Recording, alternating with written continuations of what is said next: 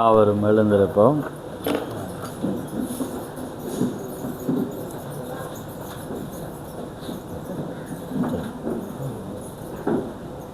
நாங்கள் யாவரும் கண்களை மூடி தேவனுடைய வார்த்தைக்காக எங்களை ஆயத்தப்படுத்துவோம். நன்றி ஆண்டவரே, நன்றி கர்த்தாவே, உமக்கு சோதரம் சோதரம் ஆண்டவரே, சர்வல்லவரே, உமக்கு கொடான கொடி சோதரம் அப்பா பிதாவே, உமக்கு சோதரம் ஆண்டவரே, ஜீவனுள்ளவரே, உமக்கு கொடான கொடி சோதரம். நன்றி கர்த்தாவே, உமக்கு சோதரம் சோதரம். மகா பரிசுத்தமுள்ள பிதாவே, இந்த மகத்துவமான இந்த நேரத்துக்காக உமக்கு சோதரம். ஆம் கர்த்தாவே, இந்த மகத்துவமான இந்த நேரத்திலே ஆண்டவரே, உம்முடைய பரிசுத்தவான்களாக ஆண்டவரே இந்த நாளிலே நாங்கள் ஐக்கியப்பட்டு ஒன்று கூட நீர் ஏற்படுத்தின அந்த மகத்தான கிருபைக்காக உமக்கு ஸ்தோத்திரம். ஆம் கர்த்தாவே, நிச்சயமாக நாங்கள் ஒன்று கூடினதான நோக்கத்தை நீர் அறிந்த தேவன். நிச்சயமாக இந்த நாளை நீர் ஆசீர்வதித்து இம்மட்டு நேரமாக உம்முடைய கிருபை நாள் எங்களை நடத்தி ஆண்டவரே இந்த நேரம் மட்டும் நீர் எங்களை அழைத்து வந்த உம்முடைய மகத்தான இந்த கிருபைக்காக உமக்கு ஸ்தோத்திரம். நிச்சயமாக தொடர்ந்து உம்முடைய கிருபை எங்களோடு கூட இருந்து முடிவு மட்டும் உம்முடைய ஆசீர்வாதம் எங்களோடு கூட இருக்க போகிற மேலான இந்த கிருபைக்காக உமக்கு ஸ்தோத்திரம். ஆம் கர்த்தாவே, இந்த நேரத்திலே திறக்க போகிற வார்த்தையை ஆசீர்வதியும். அந்த வார்த்தையிலே நீர் மகிமைப்படும். அந்த வார்த்தையை கொண்டு நீர் எங்களோடு இடைப்படும். பேசுகிற உதடுகளையும் கேட்குற செவிகளை நீர் ஆசீர்வதியும். இந்த அருமையான நேரத்தை உம்முடைய கரத்தில் ஒப்பு கொடுத்து இயேசு கிறிஸ்துவின் நாமத்தில் கேட்கிறோம். ஆமேன், ஆமேன், ஆமேன். நாங்கள் நின்ற வண்ணமாகவே 2 வேத பகுதிகளை நாங்கள் வாசிப்போம். நாங்கள் முதலாவதாக எபேசியர் 3ஆம் அதிகாரம், அதிலே 1ஆம் வசனத்தை நாங்கள் வாசிப்போம். எபேசியர் 3ஆம் அதிகாரம் 1ஆம் வசனம். அடுத்ததாக நாங்கள் பிரசங்கி 7 நான் நினைக்கிறேன் 3:7 நாங்கள் வாசிப்போம். இது நிமித்தம் பவுலாகிய நான் பிரஜாதியாய் இருக்கிற உங்கள் பொருட்டு கிறிஸ்து இயேசுவின் நிமித்தம் கட்டுண்டவனாய் இருக்கிறேன். ஆமென்.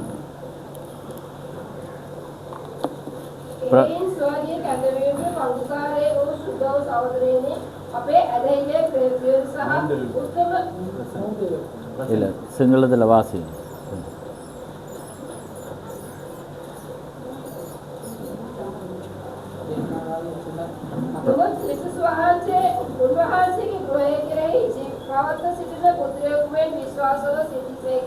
අපි ආත්මයන් දක්වා අපේ බලාපොරොත්තු නිසකකමද පාරට්ටුවද ස්ථිර ලෙස අල්ලාගෙන සිටිනු නම් උන්වහන්සේගේ ගෘහයේ අපිය.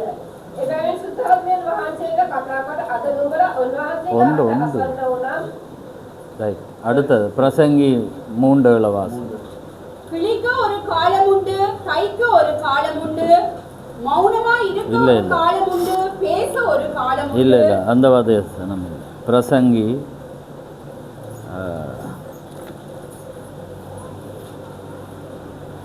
3:15. முன் நடந்ததே இப்பொழுதும் நடக்கிறது, இனி நடக்க போகிறதும் முன்னமே நடந்தது, நடந்ததையோ தேவன் விசாரிப்பார். ஆமென். දැන් තිබෙන දේ ඉහතත් තිබුණේය, වෙන්ට තිබෙන දේ ඉස්සරහත් තිබුණේය. දෙවියන් වහන්සේ පහවගියේ ඊයේ නැවතත් පමුණුවනසේක. ஆமென், ஆமென். யாவரும் அமர்ந்திருங்கள். கர்த்தருடைய பரிசுத்த நாமம் மகிமைப்படுவதாக. ஆமென். என்ன ஆமென் இல்லையா? அவர் நாமம் ஆமென். ஒரு நித்திர மயக்கம் இருக்கா? இல்லைண்ணே, அப்படியான ஒரு நேரம்தான், அல்லது பசி கொடுமையாகவும் இருக்கக்கூடும். ஆமென். ஆனாலும் சில காரியங்களை நாங்கள் பேசி நாங்கள் ஆகாரத்துக்கு நாங்கள் கடந்து போக போகிறோம். இன்றைய நாள் உவாச நாள். மீண்டுமாக இந்த இடத்திலே இந்த சபையார் செய்வதை குறித்து நாங்களும் மகிழ்ச்சி அடைகிறோம். நீங்களும் மகிழ்ச்சி அடைந்திருக்கிறீர்கள். ஆமென்.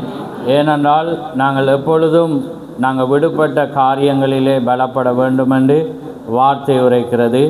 ஆதியாமத்தில் நாங்கள் பார்க்குற வேளையிலே அவருடைய முன்னோர்கள் அங்கே கட்டின அந்த ஊற்றுக்களை மீண்டும் அவர்கள் தோண்டினார்கள் என்று நாங்கள் பார்க்கிறோம். ஆமென். அதே போல் எங்களுடைய விசுவாசமானது மீண்டும் அந்த அப்போஸ்தலர்களுக்கு கடந்து செல்கிற ஒரு மெசேஜ் தான் நாங்கள் பெற்றவர்களாக இருக்கிறோம். ஆமென். அதனாலே நான் மீண்டுமாக இப்படிப்பட்ட ஒரு ஐக்கியத்தை ஏற்படுத்தின இந்த குருநாள் சபைக்காக நான் மிகவும் நன்றியுள்ளவனாக இருக்கிறேன். நீங்கள் பிரயாசப்பட்டு நீங்கள் இந்த ஒழுங்குகளை செய்ததற்காக கர்த்தர் தாமே உங்களை ஆசீர்வதிப்பாராக. மென்மேலும் இப்படியான காரியத்திலே நீங்கள் பெருகவும் ஐக்கியப்படவும் அதே நேரம் ஒவ்வொரு ஜனங்களும் ஒருமனப்படவும். அதாவது குருநாகல் சபை அநேகரை பார்க்கக்குள்ள சபையாரை காணல, சமைச்சிட்டு இருக்கிறாங்களோ தெரியலை. ஏன்னா எல்லாரும் நீங்கள் இருக்கும்போது தான் எங்களுக்கு ஒரு மகிழ்ச்சி. நீங்கள் அதிக பிரயாசப்படுகிறீங்க. நாங்கள் நிற்கிற சிஸ்டர் வீட்டில் அவள் அதிக தனிமையாக இருந்து அதிக காரியத்தை செய்தார். நிச்சயமாக கர்த்தர் உங்களை ஆசீர்வதிப்பார். நாங்கள் தொடர்ந்து வர்ற நேரத்திலும் அந்த இடத்துல தான் நாங்கள் இருப்போம். அதிக பிரயாசப்பட்டு எங்களுக்காக ஒவ்வொன்றையும் அவர் பிரயாசப்படுகிறார். அதனால் கர்த்தர் உங்களை ஆசீர்வதிப்பாராக. மற்ற காணாமல் நிறைய பேர் செய்திருக்கிறீங்க, செய்து வருகிறீங்க, செய்ய போகிறீங்க, அவங்களையும் கர்த்தர் ஆசீர்வதிப்பாராக. ஆமென். எங்களுடைய நோக்கம், எங்களுடைய அங்கே விருப்பம், அதே நேரம் தேவனுடைய விருப்பமும் ஒன்றாக இருக்கிறது. ஏனென்றால் நாங்கள் யாவரும் வேறு பிரிக்கப்பட்டவள் அல்ல, அவருடைய பிள்ளைகளாக இருக்கிறோம், அவருடைய மனவாட்டியாக இருக்கிறோம், தேவனுடைய ஜனமாக இருக்கிறோம். ஆமென். அதனால் நாங்கள் மென்மேலும் பெருக வேண்டும் என்று நாங்கள் தேவன் தாமே அதுக்கு ஒத்தாசை செய்வாராக, ஆசீர்வதிப்பாராக. ஆமென். அதனால் கர்த்தர் தாமே உங்களை ஆசீர்வதிப்பாராக. அருமையான காரியங்களை குறித்து நாங்கள் 2 வேத பகுதிகள் செய்திகளை நாங்கள் கேட்டோம். அருமையான செய்தி முன்குறிப்பை பற்றியும் வந்தது. எங்களுடைய அங்கே பெயர்கள் வேதத்தில் எழுதப்பட்டிருக்கிறதா என்பதை குறித்து நாங்கள் பார்த்தோம்.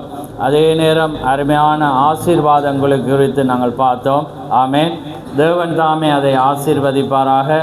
ஏனென்றால் நான் கொண்டு வரப்போகிற செய்தி நீங்கள் பேசும்போது அதை புரிந்து கொள்வீங்க. அதனால் இந்த செய்திக்கு பிற்பாடு என்னோட கதைக்காமல் இருந்துறாங்க.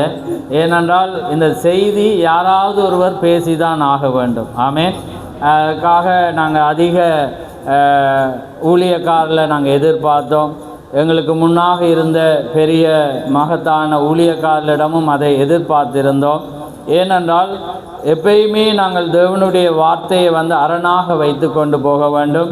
அந்த அரணான வார்த்தையில் நாங்கள் ஓடுகிறோமா என்பதை நாங்கள் நிதானித்து ஓட வேண்டும்.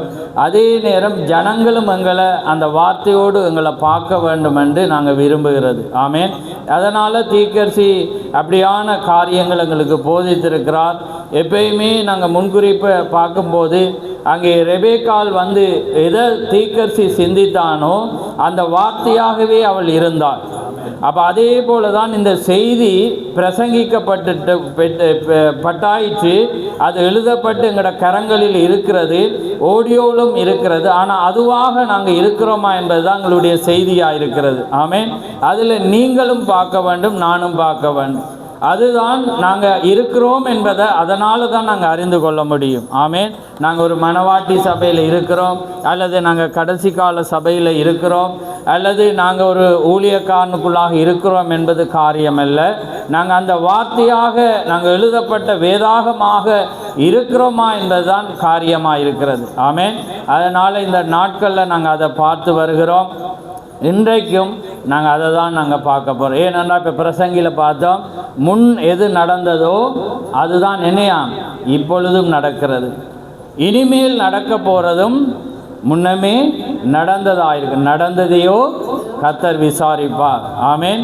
அதனால் நாங்கள் இந்த நாட்களில் எங்களுக்கு அருமையான பிரசங்கிமார்கள், சுவிசேஷர்கள், இப்படியாக மேய்ப்பர்களை கொடுத்ததுக்காக நாங்கள் தேவனுக்கு நன்றி சொல்ல வேண்டும். இன்றைக்கி நாங்கள் பார்க்க போகிற காரியத்திலும் தேவன் என்ன சொல்கிறார் என்றால், தீர்க்கதரிசி அங்கே சொல்லுகிற காரியம், ஒரு மனிதனுக்குள்ளாக இருக்கிற வரத்தை கொண்டு அவன் என்ன செய்ய முயற்சிக்கிறான், அந்த வரத்தை கிறிஸ்துவுக்காக, அதாவது தேவனுக்காக பிரயோஜனப்படுத்துகிறானா என்பதுதான் காரியமாக இருக்கிறது. அதே போல தான் நாங்களும் ஏன் இந்த கூட்டங்களை ஆயத்தப்படுத்துகிறோம் என்றால், ஒவ்வொரு இடங்களிலும் ஒவ்வொரு பரிசுத்தவான்கள் இருந்தாலும் அவருடைய வரங்களை கொண்டு நாங்கள் ஜனங்களை மேலாக கொண்டு போகவே நாங்கள் பிரயாசப்படுகிறோம்.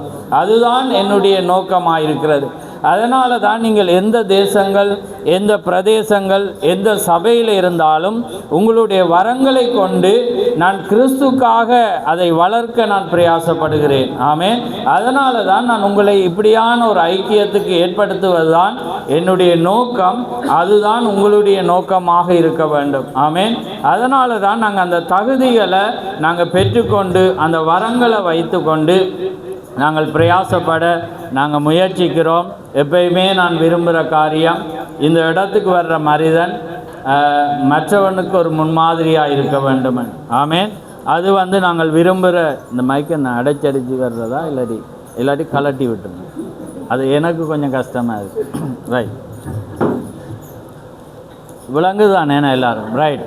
அப்போ அந்த காரியங்கள் இருக்கும்போது அது மிக ஒரு அங்கே சாட்சியாக இருக்கிறது. ஏன்னா வேதமும் அதை விசுவாசிகளுக்கு முன்மாதிரியாக இரு என்று யார் சொல்கிறது?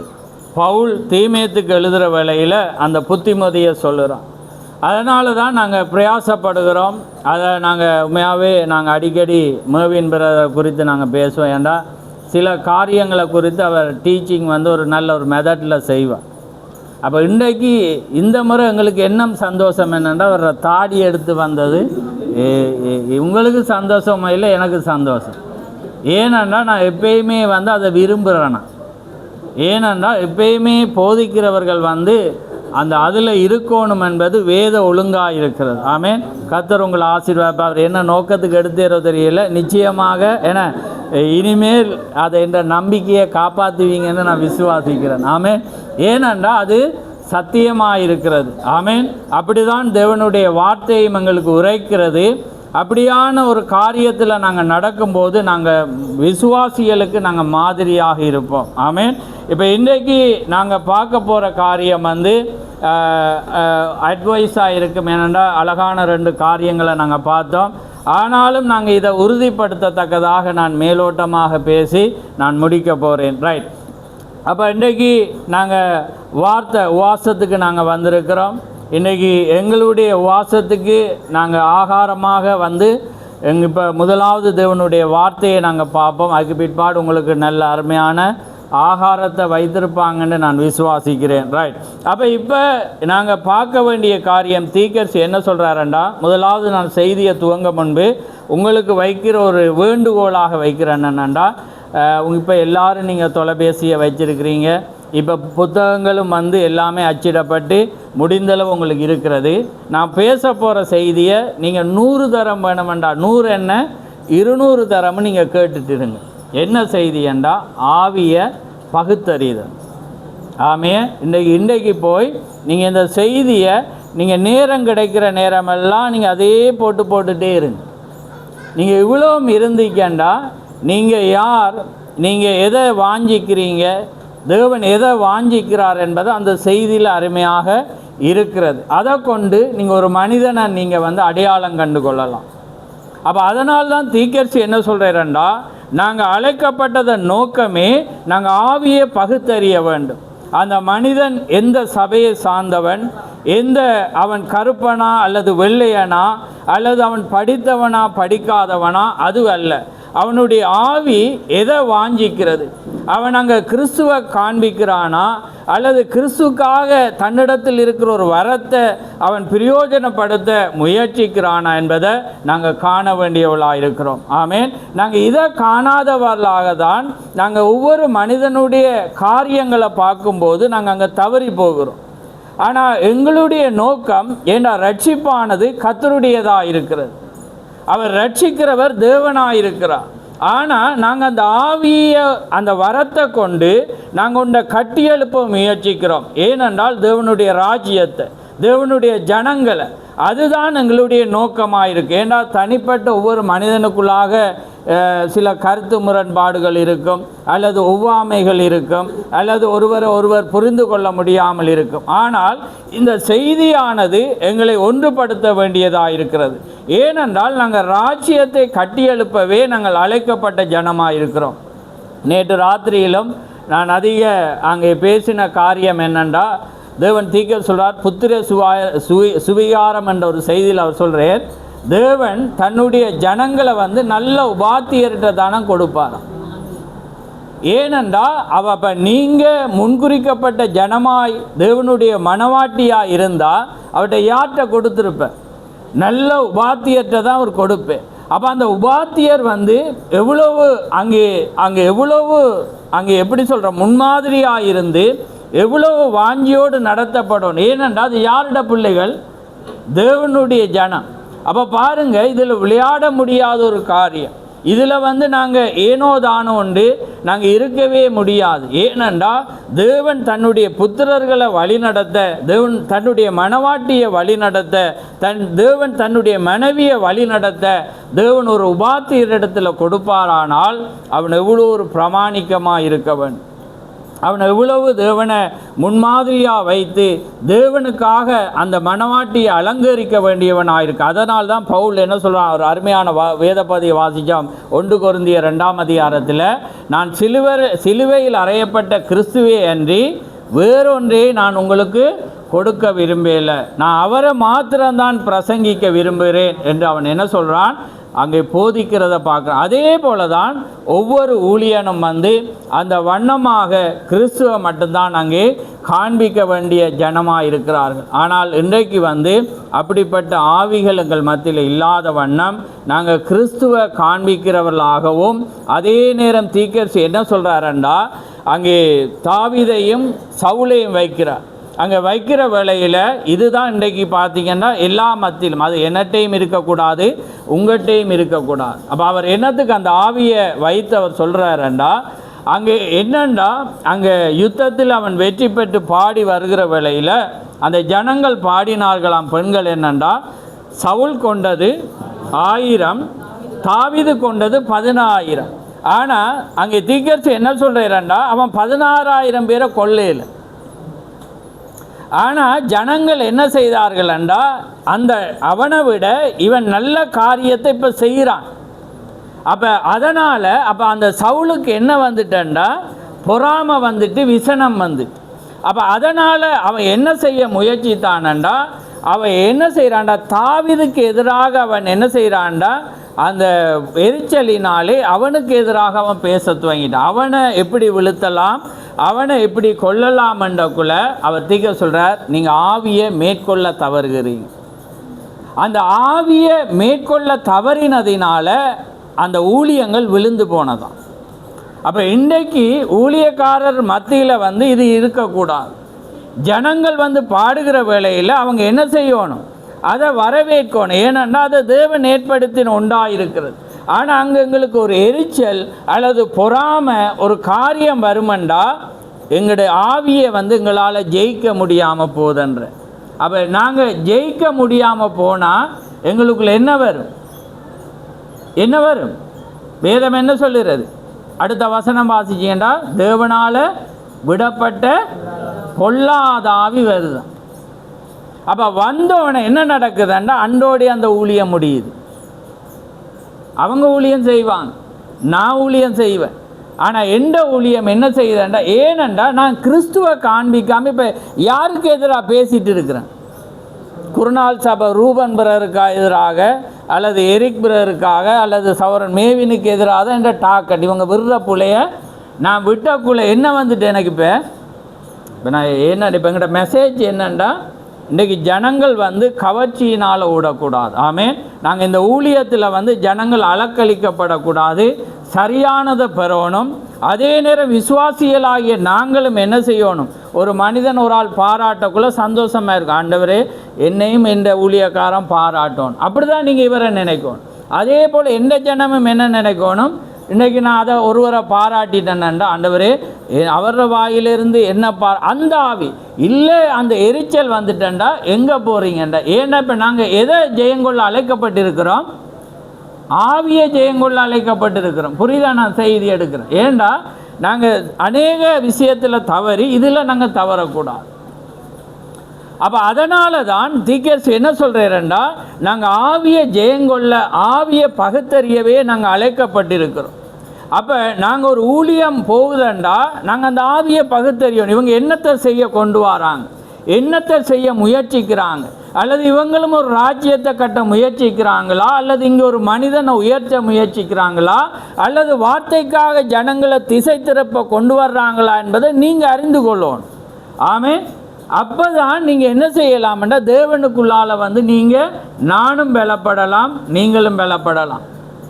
நீங்கள் புரியுதா? உங்களுக்கு புரிஞ்சாதான் நான் பேசலை. ஏன்னா இது உங்களை ஆசீர்வாதம். ஏன்னா இது நம்ம இந்த நாட்களில் வந்து இந்த மகத்தான அந்த மனவாட்டி மத்தியில் இது இல்லாமல் இருக்குது. ஏண்டா ஒருவரை ஒரு காரியம் உயரப்படுதுண்டா அவரை விழுத்துவது தான் இன்றைக்குள்ள பங்காக இருக்கிறது. ஏனெண்டா அது இருந்தால் நான் அதை அறியணும். ஏனெண்டா அப்போ எனக்குள்ளே என்ன இருக்குது? தீக்கர் சொல்கிறார், ஆவியை பகுத்தறிதல்ல அவர் என்ன சொல்கிறேன், ஆவியை நாங்கள் அறிஞ்சு கொள்ளுகிறதில்ல, ஆவியினால் வழி நடத்தப்படுகிறதில்ல என்ற இப்படி பலப்பட்ட செய்தியில் அவர் என்ன சொல்கிறாருண்டா, நாங்கள் தேவ ஆவியினால் நடத்தப்படுறோம்னா நாங்கள் அதை சந்தோஷம் இருக்கோம். ஏன்னா ஒவ்வொரு வரங்களை தேவன் கொடுத்துருக்கிறான். நான் அந்த வரத்தை வந்து நான் என்ன செய்யலாது, நான் வந்து அதை எனக்கு அவர் தரணுமென்று நான் முயற்சிக்கலாம். அப்போ நாங்கள் ஏன் இன்றைக்கு நாங்கள் இந்த ஐக்கியங்களை ஏற்படுக்கிறோம்னா ஒவ்வொருக்குள்ளாக இருக்கிற வரங்களை கொண்டு கிறிஸ்துவுக்காக அவன் ஒரு அருமையாக அதை செய்கிறானா, நீங்கள் வாங்க. ஆமென். இதுதான் இன்றைக்கு உள்ள காரியமாக எங்களுக்கு இருக்கணும் ஒழிய ஜனங்கள் ஒருவேளை எங்களுக்கு முன்னாலே ஒருவர் நல்ல ஒரு செய்தியை கொடுத்தோன்னு இந்த ஆவி விசனப்பட்டா அது என்ன காரியம்? என்ன காரியம்? இதுதான் இன்றைக்கு அநேக இடங்களில் இருக்கிறது. ஆனால் உங்களுக்குள்ளேயும் எனக்குள்ளேயும் அதை என்ன செய்யலாது, இருக்க முடியாது. ஆமென். அது தேவனுடைய காரியம், அது தேவனுடைய கிருபையாக இருக்கிறது. ஆமென். அதுக்காக நாங்கள் என்ன செய்யணும், இடங்களை கொடுத்து, ஏனென்றால் நாங்கள் கிறிஸ்துவுக்காக ஜனத்தை வழி நடத்துகிறோம். ஆமென். கிறிஸ்து தேவனுக்காக அந்த மனவாட்டியை நாங்கள் வளர்த்து நாங்கள் நடத்தப்படுகிற வேளையில் இப்படிப்பட்ட பொறாமை வராமல் அந்த ஊழியக்காரர் பேசும்போது நாங்கள் ஆமேன் என்று சொல்லி உற்சாகப்படுத்தி நாங்கள் மகிழ்ந்திருந்து நாங்கள் அவருடைய செய்தியில் கேட்கும்போது தான் நாங்கள் எங்களோட ஆவியே ஜெயங்கொள்கிறோம். ஆமென். பாருங்கள் எவ்வளோ ஒரு மேன்மையான தீக்கர்சி பாருங்கள். அவங்க மேன்மையாக மற்ற ஸ்தாபனங்களில் இருந்தெல்லாம் போதிப்பாங்க. அவர் அந்த காரியங்களை என்ன செய்வார், ஆமேன் என்று சொல்லி அவங்களோட நல்ல விஷயங்கள் எடுத்து அவரோட பிரசங்கத்தில் எது ஒருவேளை அவங்க பேசுகிற காரியத்தில் வந்து அந்த தலையங்கத்தை அவர் எடுப்பார். ஆமேன். ஏனென்றால் அவருக்குள்ளாக இருந்தது ஒரே ஒரு நோக்கம், தேவனுடைய சிந்தை. அப்போ அதனால தான் இன்றைக்கு இந்த செய்தியை நீங்கள் அணிவாரம் என்று வருது, தமிழ் வராமல் சரி, கட்டாயமாக நீங்கள் என்ன செய்யணும், நீங்கள் கேட்கணும். ஆமேன். ஒரு அழகான காரியம். அப்போ அதனால தான் திகர் சொல்கிறேன், நீங்கள் இந்த காரியங்களில் வந்து தேவனுக்குள்ளாக நீங்கள் அழைக்கப்படும் போது நீங்கள் என்ன செய்யணும், நீங்கள் ஆவியை பகுத்தறியுங்க. ஆமேன். இல்லாவிட்டால் நீங்கள் தவறி போயிடுவீங்க. ஆமேன். நீங்கள் ஒருவர் உங்களிலும் மேன்மை உள்ளவர்களாக நீங்கள் என்ன செய்யுங்க, நீங்கள் எண்ணுங்க. அதனால தான் திகழ் சொல்லேர், அதனால தான் சவுளுடைய காரியம் விழுந்து போனது. ஏனென்றால் அவனுக்குள்ளே என்ன வந்தது, பொறாமை, எரிச்சல் வந்துச்சு. அவன் தாவீதை பாராட்டினதை விரும்பவே இல்லை. அப்போ ஜனங்கள் என்ன செய்தாங்க, டக்கண்டு பாராட்டினது 16,000 இல்லை. அப்போ அதே போல் வந்து நீங்கள் என்ன செய்வீங்க, முதலை விட இப்போ நல்ல கூட்டங்கள் நடக்குதுன்னொன்னே டக்கண்டு சில ஆவி சொல்லும், இதை விட பெருசு நடந்துச்சேன்னு சொல்லுமா இல்லையான்னு சொல்லுங்கள், நிச்சயமாக சொல்லும். அப்போ உங்களுக்கு அறிஞ்சு கொள்ளலாம், செய்தி தெரிஞ்சால் அவங்களோட ஆவியை வந்து அவங்களால ஜெயங்கொள்ளலாம் இருக்குது. ஏன்னா நாங்கள் இப்போ தேவன் என்ன செய்கிறார் என்பதை தான் நாங்கள் காணணும். அப்போ அதான் திக்க சொல்கிறார், ஜனங்கள் எப்போயுமே முதல் செய்ததையும் சொல்லுவாங்களாம், இனி வரப்போகிறதையும் பேசுவாங்க. ஆனால் இப்போ கர்த்தர் என்ன செய்கிறார் என்பதை காண தவறிடுவாங்க. அப்போ பாருங்கள், அப்போ என்ன தேவை உங்களுக்கு, செய்தி தான் தெரியும். அப்போ தான் நீங்கள் அந்த ஆவிகளை நீங்கள் என்ன செய்யலாம், அறியலாம். அது இயல்பாக. ஏன் நான் இதை போதிக்கிறேன்னா எனக்குள்ளேயும் அது இருக்கக்கூடாது, உங்களுக்குள்ளே. ஏன்னா நாங்கள் இப்போ ஐக்கியமாக அன்பாக அழகாக எந்த எங்களோட மோசஸ் பிரண்டைக்கு இல்லை டேமேஜும் இல்லாமல், ஏன்னா அவர் அடிக்கடி சொல்ல எந்த டேமேஜும் இல்லாமல், ஏன்னா கர்த்தர் இந்நாள் மட்டும் நாங்கள் எத்தனையும் ஐக்கியத்தில் கூட்டிட்டோம், பாகுபாடு இல்லாமல் வேறுபாடு இல்லாமல். ஏன்னா நாங்கள் எப்பயுமே நாங்கள் கிறிஸ்துவை வைக்கிறதுனால. ஆமேன். நான் அதை தான் நான் பார்த்தேன். இப்போ நீங்கள் பைபிளும் நீங்கள் என்ன செய்கிறீங்க, போட்டிக்கு வாசிக்கிறீங்க, சந்தோஷம். போட்டிக்கு என்றக்குள்ளே தேவன்ற வார்த்தையை நாங்கள் அந்த போட்டியான மாறி சொல்லிட்டேன்னு தெரியல, அதிகமாக. அப்போ ஆனால் நீங்கள் அந்த காரியங்களை வந்து நீங்கள் கவனமாக இருக்கணும். ஒருவருக்கு ஒருவர் விட்டு ஒருவர் திடீரென்று எழும்பிட்டால் நீங்கள் மற்றவர் போட்டிக்கு இல்லாமல் நாங்கள் என்ன செய்யணும். ஏன்னா இது எங்களோட அனுபவம். இந்த ஊழியத்தில் நாங்கள் பார்த்தோம். ஒரு ஐக்கியத்துக்கு நாங்கள் போயிருக்க வேளையில் எங்களோட ஆட்கள் என்ன செய்கிறாங்க, எடுத்து தடாருன்ற வார்த்தையை சொன்னோன்னு எழும்பி வாசித்தாங்க. அப்போ பலிபீடத்தில் இருந்த சொன்னார் என்னண்டா, கொஞ்சம் நில்லுங்க ரெண்டு. அப்போ அடுத்த ஆள் அவர் அங்கே படிக்கிறதுக்கு பார்க்குறாங்க, அப்பையும் அவங்க உருட்டிட்டு இருக்கிறாங்க. அப்போ அதுக்கு பிறகு எங்களோட ஆட்கள் வாசிக்கப்பட சொன்ன சிஸ்டர் பேசாமல் இருங்கன்னு இருத்தாட்டினா அது வந்து அந்த ஆவியை மேற்கொள்ளாத காரியம். ஏண்டா அது இங்கே இருக்கலாது. ஆமேன். அது எல்லாம் ஏனென்றால் நாங்கள் அதுக்கு இடம் கொடுக்க மாட்டோம். ஏன்னா நாங்கள் அப்படியாக ஜனங்களை சேர்க்கிற ஒரு கூட்டம் அல்ல. தேவனுடைய ஆவியினால் நாங்கள் நடத்தப்படணும். தங்களிலும் ஒருவரை மேன்மையுள்ளவர்களாக எண்ணணும். ஏனென்றால் இந்த மெசேஜ் ஆனது வந்து எங்களுக்கு அதை தான் காண்பிக்கிறதா இருக்கிறது. ஆமேன். அப்போ அதனால தான் வேதம் என்ன சொல்லுதுண்டா, நீங்கள் ஆவியை பகுத்தறிங்க. அவன் என்ன செய்ய வலிக்கிறான், அவனுக்குள்ளால வரத்தை கொண்டு அவன் ஒரு ஓகன் வாசிக்கிறவனாயிருந்தா கத்தருக்காக நான் ஒரு இனிமையானதை செய்யணுமென்று, நான் கத்தருடைய பாட்டை நான் வாசிக்க நான் என்னுடைய தியாகத்தை செய்யணுமென்று அவன் எல்லா காரியத்திலும் தன்னை ஒப்புவிக்கிறவனாயிருந்தா அவன் கிறிஸ்துவ அங்கே காண்பிக்கிறான். அவன் எப்படி இருக்கிறான் என்பது எங்களுடைய காரியம் அல்ல.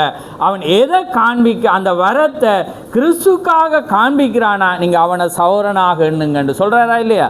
ஏன் நான் இந்த இடத்துல போதிக்கிறேன்னா, நீங்கள் வார்த்தையை கேட்குறவங்க மத்தியில் போதிக்கிறேன் ஏனண்டா, அப்போ தான் சத்தியத்தை நாங்கள் சத்தியமாக சமரசம் இல்லாமல் அதை நான் செய்கிறவனாக இருக்கிறேனா என்பது நீங்களும் என்ன பார்க்கலாம், நானும் உங்களை பார்ப்பேன். ஏனண்டா நாங்கள் வார்த்தையை கொண்டு தான் நாங்கள் ஒருவர் அறியணும் ஒன்றியல்ல. எங்களுடைய வளர்ச்சியை கொண்டோ எங்களோட அறிவை கொண்டோ எங்களோட அழகை கொண்டோ அல்லது எங்களோட திறமையை கொண்டு நாங்கள் அளவிட அழைக்கப்பட இல்லை.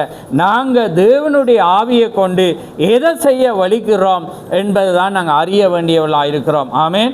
அதனால தான் நாங்கள் இந்த நாட்களில் வந்து தேவனுடைய வார்த்தையில் வந்து நாங்கள் என்ன செய்யணும், நாங்கள் தேவனுடைய வார்த்தையை கொண்டு நாங்கள் அறியோம். ஆமேன்.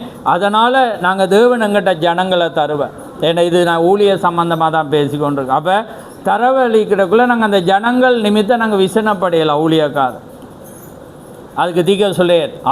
அதனால் முதல் சவுளை சொல்கிறேர், அதுக்கு பிற்பாடு அவர் இங்கே வர்ற வேளையில் அங்கே மோசையில் சொல்கிறேன். மோசை எதனால் ஊழியத்தை தவற விட்டான், ஜனங்கள் மீதில் அவன் என்ன செய்கிறான். எண்ணாமத்தில் நாங்கள் வாசிக்கிற வேளையில் அவங்க என்ன செய்கிறாங்க, அவங்க முறுமுறுத்து அவனுக்கு எதிராக பேசுகிற வேளையில் அவன் என்ன சொல்கிறான், கலகக்காரரே என்று சொல்லி அவன் என்ன செய்கிறான், கண்மலையை 2 தரம் அடைக்கிற வேளையில் அது நிமித்தம் அவன் என்ன செய்கிறான், நாம் ஊழியத்தை இழந்து போனான்.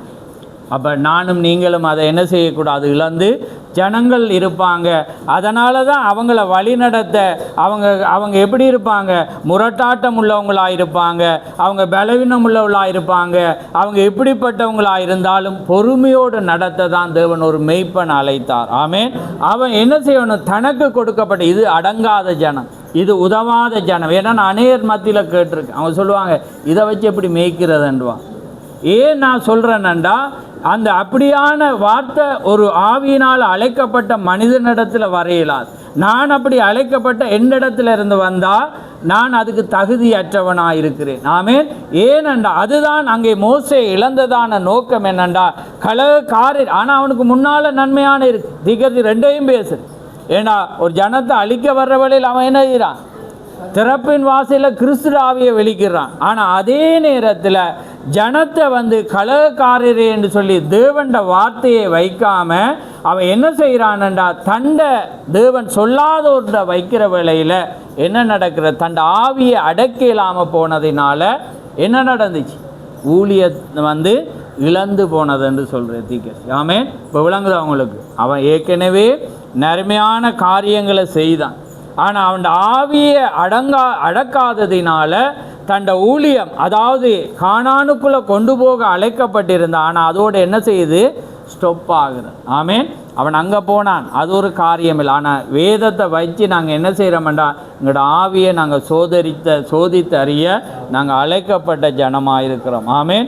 அப்போ எங்களோட ஆவியை வந்து நாங்கள் இந்த ஊழியத்தில் நாங்கள் செய்கிற ஒவ்வொரு மத்தியிலும் என்ன செய்யணும், தங்களுக்கு கிடைக்கப்பட்ட அந்த ஆத்துமாக்களை வந்து நாங்கள் தகுதியாக, ஏன்னா வேதம் எங்களுக்கு தகுதியை பற்றி பேசுதா இல்லையா? ஒரு ஊழியக்காரன் எப்படி இருக்கணுமென்று வேதம் வாசிங்க. 1 தீமோத்தேயு அவன் ஜனங்களுக்கு ஒரு மாதிரியாக இருக்கும்.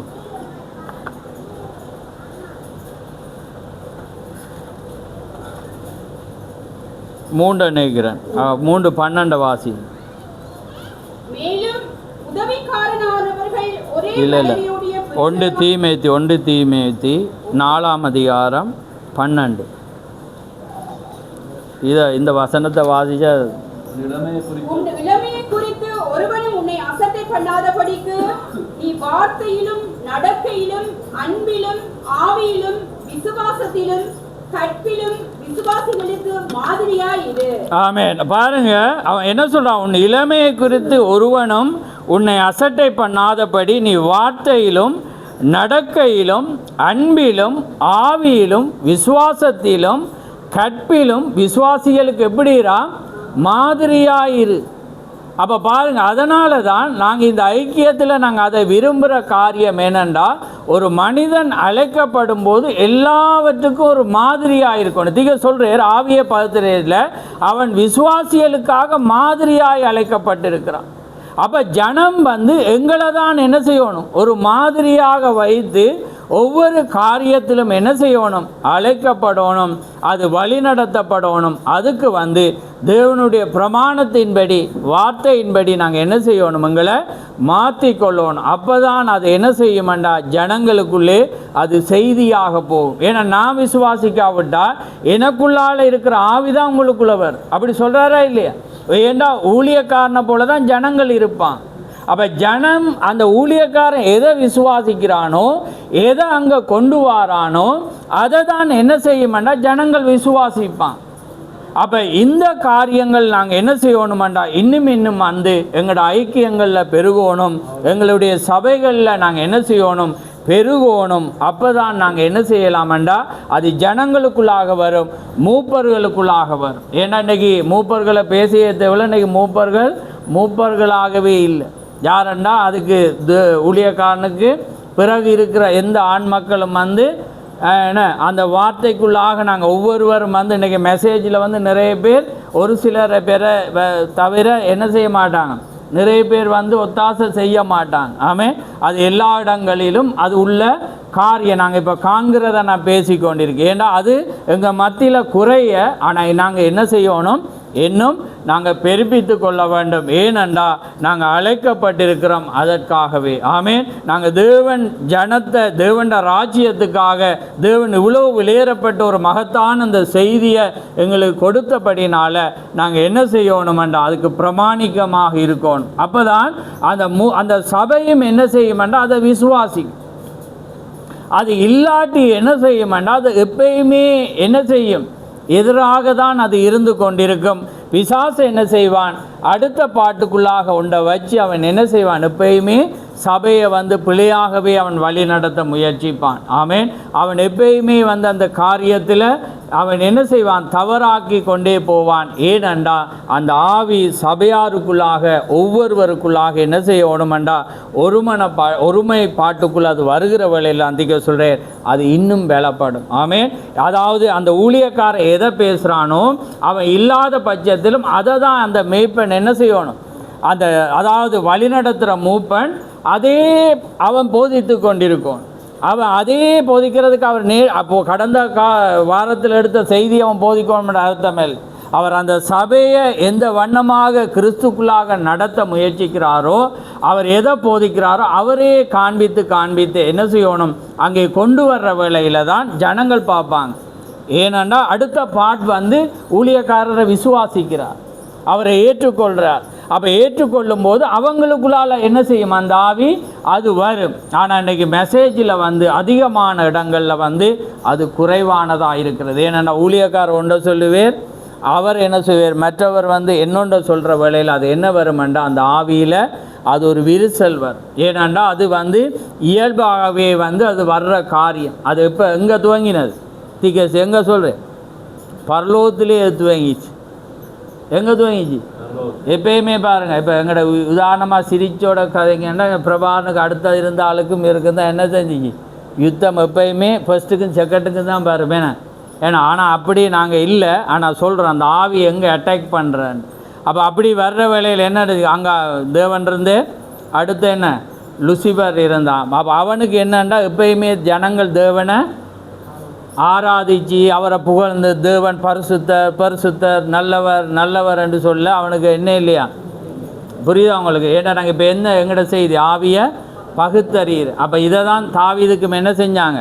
16,000 கொள்ளையில். ஆனால் ஜனங்கள் சந்தோஷப்பட்டுட்டாங்க. ஏன்னா இயலாத ஒன்றதை இந்த நேரத்தில் அவன் செஞ்சோன்னு ஜனங்கள் அறியாமல் இப்போ கவிதை எழுத சொன்ன ஒரு ஆளை பாராட்ட நீனா எழுதுவீங்க. ஏன்னா ஒருவேளை அவர் உம்மாண்டியாக இருந்தாலும் அவருடைய புண்ணையை குறித்து எழுதுவீங்க, ஏன்னா அவருடைய பேச்சை குறித்து எழுதுவீங்க, ஏன்னா ஏதோ ஒரு பாராட்டி அனுப்புவோம்ண்டு. அது மாதிரி அப்போ ஜனங்கள் என்ன செய்வாங்கண்டா அது இயல்பான ஒன்று. அப்போ 16,000 கொள்ளாட்டியும் அவங்க பாடிட்டாங்க. ஏன்னா அந்த நாளில் அவங்களோட அந்த உணர்வு, ஏண்டா அவ்வளோ அவன் அடிமையாக்கிட்டான். 40 நாளும் பொன்னேன்ற மாதிரி அவன் என்ன செஞ்சிட்டான்? நீ யாராவது இருந்தால் வாங்கன்னு இஸ்ரவேலின் தேவனண்டோனே அவன் என்ன செஞ்சிட்டான்? அதை செய்தோன்னே ஜனங்களுக்குள்ளே கழிவூர் கொஞ்சம் கவிதையை கூட எழுதிட்டான். அப்போ கேட்டவனுக்கு எப்படி ஆயிட்டேன்டா விசனம் ஆயிடுச்சு. அப்போ அதுதான் இங்கே லுசிபருக்கு வர்ற வேளையில் அவன் என்ன செஞ்சான்? தேவனை போல் அவன் சொன்னான், இவரை போல் நானும் ஒரு ராஜ்யத்தை, நானும் இவரை போல் ஒரு நல்ல ஒரு செய்தியை கொடுக்கணும் மண்டக்குள்ளே ஒன்று இவரை உடைக்கணும் அல்லது இவர் போகிற ட்ராக் பிழைக்கணும் என்று கொடுக்கக்குள்ள என்ன நடந்துச்சு? விளங்குதா? நான் போகிற ட்ராக் விளங்குதேன். எங்கள் பிரதர் அப்படி சொன்னேன்னு கேட்டுறாங்க. ஏன்னா எப்படி அப்படி தான் ஏன்னா ஜனங்கள் மத்தியில் சில நேரத்தில் அவங்கள பாதிக்கிற மாதிரி எந்த செய்தியில் அப்படி கொடுத்தேன்னு கேட்டுருவேன். ஆமே, இது சத்தியம் என்பவனுக்கு தான் ஏன்னா ஆமேன்னு தெரியும். அப்போ பாருங்கள், அந்த காரியத்தில் வர்றக்குள்ள அவன் கீழே விழுறக்குள்ள தீக்கர் சொல்கிறேன், அந்த ஆவி தான் என்ன செஞ்சிட்டு இப்போ ஏன்னா ஐப்ராத் நதியண்டியில் கட்டி வைக்கப்பட்டுச்சு. ஆனால் 3ஆம் தூதன் இருந்த வேளையில் என்ன நடந்துட்டான்? இது எல்லாமே இப்போ எங்கே இருக்கிறான்? இப்போ எங்கே இருக்கிறான்னு சொல்லுங்கள். டக்குண்டு சரியானபடி எங்கே இருக்கிறான்னு சொல்லுங்கள். இப்போ இங்கே தான் இருக்கிறான். எங்கன்னு கேட்டுறாங்க. இப்படி காட்டினா அவர் கோவிச்சிருது, இப்படி காண இப்போ என்ன செய்கிறான்டா அவன் ஏனது ஆழமான மெசேஜ் நீங்கள் இன்றைக்கு போய் கேளுங்க. நான் அந்த எண்ணம் தேவன் வழி நடத்தையில் ஏன்னா நான் அதுக்குள்ளே வர முயற்சிக்கிறேன். தேவன் உதவி செய்வார். அப்படி இல்லாட்டி பரிசுத்த ஆவியானவர் நீங்கள் கேட்கக்குள்ள உதவி செய்வார். அதனால் ரைட். அப்போ பார்க்குற வேளையில் பாருங்கள், அதே ஆவிதான் திக சொல்ற. இப்போ அவன் வெளியே இல்லை, அவன் இப்போ நல்ல ஒரு பரிசுத்தவானா என்ன செய்கிறான்டா சேர்ச்சுக்குள்ளே ஒன்று போதகர் மத்தியில் இருக்கிறான் அல்லது அருமையான விசுவாசிகள் மத்தியில் இருந்து இருக்கிறான். அவனை கண்டு கொள்ள தான் என்ன நடக்குமெண்டா தாவீதுக்கு பாடக்குள்ள யாராவது ஒழும்பி அதுக்கு எதிராக ஒன்றை பேசிட்டான்டா. இப்போ எங்கே அவன் இருக்கிறான்? எங்கே வந்துட்டான்? விளங்குது அவங்களுக்கு? எங்கே வந்துட்டான்டா? அவனுக்குள்ளே தான் வந்துட்டான். விளங்குது? அது எனக்குள்ளே வந்துட்டான்டா. இவரை பேசக்குள்ள இவர் என்ன அப்படி என்றிட்டு நான் நினைச்சிட்டேன்டா, அவருக்கு வெட்ட துவங்கினான்டா. இப்போ எங்கே வந்துட்டான்? இந்த புல்பிட்டுக்கே வந்துட்டான். விளங்குது அவங்களுக்கு? அப்போ அதுதான் காரியம். ஆனால் நாங்கள் அதுக்காக அழைக்கல, கிறிஸ்துட வரங்களை கொண்டு யார் யாருக்காக தேவன் கொண்டு போக முயற்சிக்கிறாரோ அதுதான் எங்களோட மேன்மையாக இருக்கணும் ஒழிய நாங்கள் எங்களை உயர்த்த அழைக்கப்படையலை, நாங்கள் இன்னொருவரை உயர்த்த அழைக்கப்படையலை. நாங்கள் அழைக்கப்பட்டிருக்க அந்த தேவனை மாத்திரம். ஆமென். அவர் தான் எங்கள் தலையாக இருக்கிறார். நீங்கள் எல்லாமே அவருடைய சரீரமாக இருக்கிறீங்க. நீங்கள் இல்லாமல் நான் இல்லை, நான் இல்லாமல் நீங்கள் இல்லை. ஏனென்றா நாங்கள் ஒவ்வொருவரும் அவயவமாக இருக்கிறோம். அந்த அவயம் ஒன்றோடு இணைக்கப்படக்குள்ளதான் அது கிறிஸ்துவை வெளிப்படுத்த முடியும். அப்போ எங்களுக்கு வரும் என்னண்டா நாங்கள் மற்றவரை மேன்மையாக. ஆமென். இதுதான். அப்போ அதான் திகழ் சொல்கிறேன். அவன் என்ன செய்கிறான்டா அந்த எண்ணாகமத்தில் ஜனங்கள் செய்கிற வேளையில் அவன் என்ன செஞ்சிட்டானண்டா ஜனங்கள அந்த தொல்லையை தாங்க இல்லாமல் அவன் விசனப்பட்டு நாங்கள் அந்த வசனத்தை வாசிங்க. அவன் சொல்கிறான், நாங்கள் உங்களுக்கு அதை தாரமண்டக்குள்ள. தேவனுக்கு எப்படி இருந்துச்சா? ஆனால் சில பேர் இடத்துல சொல்கிறாங்க நாங்கள் பிரசங்கித்ததை அன்றி என்றாங்க. அதே நேரம் எலியா என்ன சொல்கிறான்? நான் சொன்னால் அன்றி என்று சொல்கிறான். ஆனால் இங்கே வாரது தேவன் அதை சொல்லல, இவன் என்ன செய்கிறான்? இவனும் நாங்கன்றான். ஆனால் அங்கே என்ன நடந்துச்சேண்டா தேவன் என்ன செய்கிறார்? பேசென்றார். இவன் என்ன செஞ்சிட்டான்? அடி என்றான். அந்த வார்த்தைக்கு அவன் என்ன செய்யலை? கீழ்ப்படியலை. அவர் சொல்லாதது அவன் என்ன செய்யான்? 2 தரம் தேவனை பிள்ளையாக காண்பிக்க வெளிக்கிடக்குள்ள நாங்கண்டு அவனையும் போடக்குள்ள தேவனுக்கு அது எப்படி இல்லையா? பிடிக்கல. அவன் சொல்லிட்ட நீ அங்கே போகலாது. வாசிக்க விரும்பினா வாசிங்கண்டா டக்குன்னு வாசிச்சு நாங்கள் முடிக்க போகிறோம். ரைட்.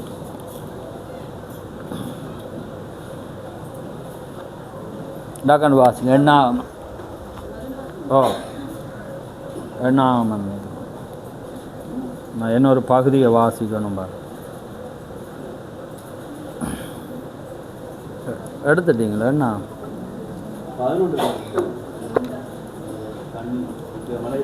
எண்ணாம் 20:10. மோசேயும் ஆரோனும் சபையாரை கண்மலைக்கு முன்பாக கூடிவர செய்தார்கள். அப்பொழுது மோசே அவர்களை நோக்கி, கலகக்காரரே கேளுங்கள், உங்களுக்கு இந்த கண்மலையிலிருந்து நாங்கள் தண்ணீர் புறப்பட பாருங்க, அவன் சொல்றான் நாங்கள் என்றான். தண்ணீர் புறப்பட பண்ணுவோமோ என்று சொல்லி தன் கையை ஓங்கி கண்மலையை தன் கோலினால் 2 தரம் அடித்தான். உடனே தண்ணீர் ஏராளமாய் புறப்பட்டது. சபையார் குடித்தார்கள், அவர்கள் மிருகங்களும் குடித்தது. பின்பு கர்த்தர் மோசேயையும் ஆரோனையும் நோக்கி, இஸ்ரவேல் புத்திரரின் கண்களுக்கு முன்பாக என்னை பரிசுத்தம் பண்ணும்படி நீங்கள் என்னை விசுவாசியாமல் போனபடியினால் இந்த சபையாருக்கு நான் கொடுத்த தேசத்துக்குள் நீங்கள் அவர்களை கொண்டு போவதில்லை. ஆமென். ரைட். பாருங்க, அதான் என்ன நடந்துச்சுண்டா, தன் ஆவியை அவன் கட்டுப்படுத்தாததினால என்ன நடந்துச்சு? அந்த ஊழியமானது அவன் செய்ய வேண்டியதை தேவன் என்ன செய்கிறாராம்? எடுக்கிறார். அதே போல தான் சவுலுடைய கரத்திலிருந்தும் அதான் வந்தது, அந்த பொல்லாத ஆவி. அதே போல் நாங்கள் இல்லாதபடி இப்போ நாங்கள் ஆவியை பகுத்தறியதல் என்ற செய்தியில் நான் வாசிக்கிறேன் பாருங்க. திகர் சொல்கிறார் அந்த வரங்களை வச்சு பாருங்க, தேவன் தம்முடைய வரங்களை உபயோகிக்கும் போது தம்முடைய சொந்த மகிமைக்காக உபயோகப்படுத்துகிறார். ஒரு மனிதனுக்கு ஒரு வரத்தை கொடுக்கும்போது அவனை ஃபேமஸாக்க அல்ல, யாருக்காகவாம்? தேவனை மகிமைக்காக உபயோகப்படுத்துகிறார். அவருடைய ஜனங்களின் மகிமைக்காக, அவருடைய சபையின் மகிமைக்காகவே அவர் உபயோகப்படுத்துகிறாராம். அப்போ ஒரு மனிதனுக்குள்ள ஒரு வரம் இருக்குமெண்டா அது தேவனை அடுத்தது சபையாரை மகிமைப்படுத்த தான் தேவன் என்ன செஞ்சிருக்கிறார்? அழைத்திருக்கிறார். இப்போ எனக்கு ஒருக்குள்ள சுகமளிக்கும் வரம் இருந்தால் அல்லது போதிக்கிற வரம் இருந்தால் அந்த வரம் யாருக்காக பயன்படுத்த வேண்டும்? தேவனுடைய மகிமைக்காக. அப்போ பாருங்க, திகசுரார் கிறிஸ்துவனுடைய சரீரத்தின் பக்தி விருத்திக்கு ஏதுவாக தேவனுடைய ராஜ்யத்தின் மகிமைக்காக உபயோகப்படுத்துகிறார். அக்காரணத்தினால் தான் அவர் இந்த காரியங்களை தம்முடைய சபையில் உபயோகப்படுத்துகிறார். அவர் போதகராக, தீர்க்கதரிசிகளாக, மேய்ப்பர்களாக அவர் ஒவ்வொரு மனிதனையும் என்ன செய்கிறார்னா வரத்தை கொடுத்து அவர் உபயோகிக்கிறார். அப்போ பாருங்க, ஒரு மனிதனுக்குள்ள ஒரு வரம் இருக்குமெண்டா அந்த வரமுடைய மனிதனை நாங்கள் முன்னுக்கு கொண்டு வரோம். ஆமேன். ஒருவனுக்கு பாடத்திறமை இருந்தால் அவனை கொண்டு வரோம். ஏனென்றால் அந்த வரத்தை அவனுக்கு கொடுத்திருக்கிறார் தேவனுடைய மகிமைக்காக. இப்போ நாங்கள் அந்த வரம் ஒரு மனிதனுக்குள்ளே இருக்கும், ஆனால் ஒரு பழைய ஆளுண்டு நாங்கள் என்ன செய்வோம்? அவனை கொண்டு விடுவோம். அல்லது பாட தெரியாதவனை கொண்டு நாங்கள் என்ன செய்வோம்? விடுவோம். அல்லது வழிநடத்த ஒரு திறமையானவன் இருப்பான், ஆனால் அவர் என்ன கோவிச்சிருவேர் என்று நாங்கள் என்ன செய்வோம்டா அங்கே விட மறப்போம். அப்போ இது எந்த ராஜ்யத்தை கட்ட முயற்சிக்கிறோம்? இந்த ஐக்கியம் பிரியக்கூடாது, அல்லது சபையில் அடுத்த ஆள் பிரியக்கூடாது, பழைய ஆக்கள் கூறியக்கூடாதுன்னு நாங்கள் என்ன செய்கிறோம்டா நாங்கள் முயற்சிக்கிறோம். அப்போ நாங்கள் இப்போ யார ராஜ்யத்தை கட்ட முயற்சிக்கிறோம்? மனிதனுடையதையா தேவனுடையதா? ஆமென். அவங்க நாங்கள் ஒரு பழைய ஆளை கொண்டு விட்டோம்னா என்ன நடக்கும்? நாங்கள் தேவன்றதை கட்டையில் இங்கே மனிதனுடைய, அதாவது இந்த ரொபினண்ட ஐக்கியத்துக்குள்ளே அல்லது ரூபண்ட ஐக்கியம் அல்லது இன்னாருடைய ஐக்கியத்துக்குள்ளே இந்த பிரிவு வரக்கூடாது என்ற ஐக்கியத்துக்காக நாங்கள் என்ன செய்கிறோம்டா கட்ட முயற்சிக்கிறோம் இல்லையா? தேவண்ட ராஜ்யத்துக்காக நாங்கள் என்ன செய்யலை? கட்ட முயற்சிக்கலை. ஆனால் உண்மையான ஒரு மனிதன் என்ன செய்வானண்டா தேவனுடைய ராஜ்யத்துக்காக தேவன் ஒரு மனிதனுக்குள்ள ஒரு வரத்தை வச்சா, அல்லது சுகமளிக்கும் வரத்தை வச்சா, பாடுற வரத்தை வச்சா, அவனுக்கு வாத்தியங்களை வாசிக்கிற வரத்தை வச்சா, அல்லது டீச்சிங் பண்ண ஒரு வரத்தை வச்சா, அல்லது ஒரு மேய்ப்பனாக இருந்து ஒருவனை எல்லாரையும் கட்டி காக்கிற வரத்தை வச்சா, அல்லது சுவிசேஷனாக ஒருவனை வச்சிருந்தா அந்த வரத்தை கொண்டு நாங்கள் என்ன செய்வோம்? ஒருவர் நாங்கள் பயன்படுத்தி நாங்கள் என்ன செய்வோம்டா முன்னேறி செல்ல விரும்புவோம். ஏனென்றா இதுதான் கிறிஸ்துனுடைய ஆவி, கிறிஸ்துனுடைய காரியமாக இருக்கும். ஆமென். அதனால தான் இன்றைக்கு எந்த போதகராலையும் இதை தைரியமாக பேசலாம் போனோம். நாங்கள் நிறைய பேர்கிட்ட எதிர்பார்த்து ஏண்டா அங்கே போதிச்சா ஏன்னா ஒருவர் புல வந்து அங்கே வர ஏன்னா வேதம் அச்சொட்டாக ஒரு மனிதன் ஒரு போதிக்கணுமெண்டா அவன் ஒரு போதகனாயிருந்தால் அப்படி இருக்கணும், ஒரே மனைவி உடையவனாயிருக்கணும். ஏன்னா அதே நேரம் மற்றவன் ஒரு டீக்கனாயிருந்தால் ஒரு விதவையாயிருந்தால் எப்படி இருக்கணுமென்று வேதம் அச்சொட்டாயிருது. ஏன்னா வேதம் சொல்லுது, நீங்கள் ஒருவன் தேவ ஆவியை பெற்றவனோ அல்லது தேவனுடைய தீர்க்கதரிசியோ யாராயிருந்தாலும் என்ன செய்யணுமா, நாங்கள் பேசினதை என தேவனுடைய கற்பனை என்று ஒத்துக்கொள்ள கடவன். அதாவது அப்போ பவுல் அதை எழுதியிருக்கிறான். ஆமேன். அவன் பிரஜாதிக்கு அவன் என்ன செய்கிறான், எழுதி வச்சிருக்கிறான். வேதம் கலாத்தியர் சொல்கிறான், நாங்கள் பிரசங்கித்ததே அன்றி வேறொன்றை வானத்திலிருந்து பிரசங்கித்தாலும் அவன் சபிக்கப்பட்டவனாயிருப்பான். அப்போ பாருங்க, அந்த காரியத்தை ஒரு மனிதன் அவன் வேறொருவன் பிரசங்கித்தான். இங்கே வேதம் யார் யார் எப்படி இருக்கணுமென்று அது எழுதப்பட்டிருக்கிறது. அந்த வேத பிரமாணத்தின்படி அவன் அழைக்கப்பட்டு காரியங்களில் போக்குள்ள தான் அது ஆசீர்வாதமாயிருக்கு. ஆமேன். அதுதான் அந்த ஆவி. ஏண்டா அப்போ தான் ஏண்டா நாங்கள் தேவண்ட ராஜ்யத்துக்கு நாங்கள் சபையை தெரிந்து கொள்ள உரிமை இருக்கு. நாங்கள் தேவண்ட ராஜ்யத்துக்கு போக தான் அங்கே வச்சிருக்கிறேன். ஏண்டா அது கண்டிப்புக்கு தீமத்துக்கு சொல்லக்குள்ள 2 தீமத்துக்கு எடுங்க. அது என்னென்னத்துக்காக அங்கே வரக்குள்ள பர்ஃபெக்ட் பரிபூர்ணத்துக்கு வருது. இப்போ 2 தீமத்தில் பாருங்க, வாசிங்க 2 தீமோத்தேயு 3:16 நான் முடிக்கப்பா. வேத வாக்கியங்கள் எல்லாம் தேவ ஆவியினால் அருளப்பட்டிருக்கிறது. தேவனுடைய மனுஷன் தேறினவனாகவும் எந்த நற்கிரியையும் செய்ய தகுதியுள்ளவனாகவும் இருக்கும்படியாக அவைகள் உபதேசத்துக்கும் கடிந்து கொள்ளுதலுக்கும் சீர்திருத்தலுக்கும் நீதியை படிப்பித்தலுக்கும் பிரயோஜனம் உள்ளவைகளாய் இருக்கிறது. ஆமென். அப்ப பாருங்க, வேத வாக்கியம் எல்லாம் தேவ ஆவியினால அருளப்பட்டிருக்கு. அப்ப இந்த வேதம் முழுக்க தேவ ஆவியினால். அப்போ ஒரு மனிதன் என்னத்துக்காக பாருங்க, அல்ல தேவனுடைய மனுஷன் தேறினவனாக, அப்போ இதில் தேறி வளரத்தக்கதாகவும் எந்த நற்கிரியலுக்கு செய்ய தகுதி உள்ளவனாக என்ன இருக்கும்படியாக. எந்த நற்கிரியை, இப்போ வேதத்தை தெரியாட்டி உங்களுக்குள்ள நற்கிரியை வராது. ஏனென்னா இன்றைக்கி இந்த காலத்தில் நான் என்னொன்று பார்த்த காரியம், இன்றைக்கி எல்லாமே சிதறடிக்கப்பட்டு எல்லாமே இருந்தாலும் தங்கட பிள்ளைகளை வேத காரியங்களுக்கு காரியங்களுக்கு வளர்க்கப்படாத சபைகள், வளர்க்கப்படாத பெற்றோர்களும் இருக்கிறத நாங்கள் பார்க்குறோம். ஏன்னா பிள்ளைகள் என்ன செய்கிறாங்க, நல்ல ஒரு பைக்கை வாங்கணுமென்று காசை சேர்த்துட்டு செய்வாங்க. ஆனால் சபையில் ஒரு கூட்டம் நடக்கிறது, ஏன்னா அவங்க சம்பாதித்ததை ஊழியக்காரனுக்கு கொடுக்கணும், ஏன்னா நடத்த இயலாத குடும்பம் இருக்கிறது, குடும்பத்தான். அதே நேரம் நடத்த முடியாத சபையும் இருக்கிறது. ஏனென்றால் வேதமான தேறினவனாக இருந்தால் அவனுக்குள்ள என்ன வருமா, நற்கிரியல். பாருங்க, எந்த நற்கிரியலையும் செய்ய தகுதியுள்ளவனாக இருக்கும்படி. ஏன்னா நற்காரியங்களை செய்ய நாங்கள் என்ன செய்யணுமா, வேதம் பெருக வேண்டும் என்று வேதம் சொல்கிறது. அப்போ நற்காரியங்களை அங்கே எபேசியர் 2ஆம் அதிகாரம் என்ன சொல்லுது, உலக தோட்டத்துக்கு முன்பே தேவனால் சிருஷ்டிக்கப்பட்டு தேவனுடைய நற்காரியங்களை செய்யும்படி. அதை வாசிங்க. ஏனெனில் நற்கிரியைகளை செய்கிறதற்கு நாம் கிறிஸ்து இயேசுவுக்குள் சிருஷ்டிக்கப்பட்டு தேவனுடைய செய்கையாய் இருக்கிறோம். அவைகளில் நாம் நடக்கும்படி அவர் முன்னதாக அவைகளை ஆயத்தம் பண்ணியிருக்கிறார். ஆமே. பாருங்க, நாங்கள் நற்கிரியை செய்யும்படியாக நாங்கள் உலகத்துக்கு முன்பே சிருஷ்டிக்கப்பட்டு தேவனுடைய செய்யா இருக்கிறோம். பாருங்க, சிருஷ்டிக்கப்பட்டும் இருக்கிறோம், செய்யாமல் இருக்கு. அப்போ அதை நாங்கள் காண்பிக்கிறோம். அப்போ இந்த வேத வார்த்தை தான் ஒருவனை தேறினவனாக மாற்றி எந்த நற்கிரியலை செய்ய தகுதி இருக்காகி, அது மாத்திரமில்லை உபதேசத்துக்கும் கடிந்து கொள்ளுதலுக்கும் சீர்திருத்தலுக்கும் நீதியை படிப்பித்தலுக்கும் பிரயோஜனமாயிருக்கிறது. அப்போ எது, தேவனுடைய வார்த்தை. அப்போ இதை ஒரு சபை செய்யும்.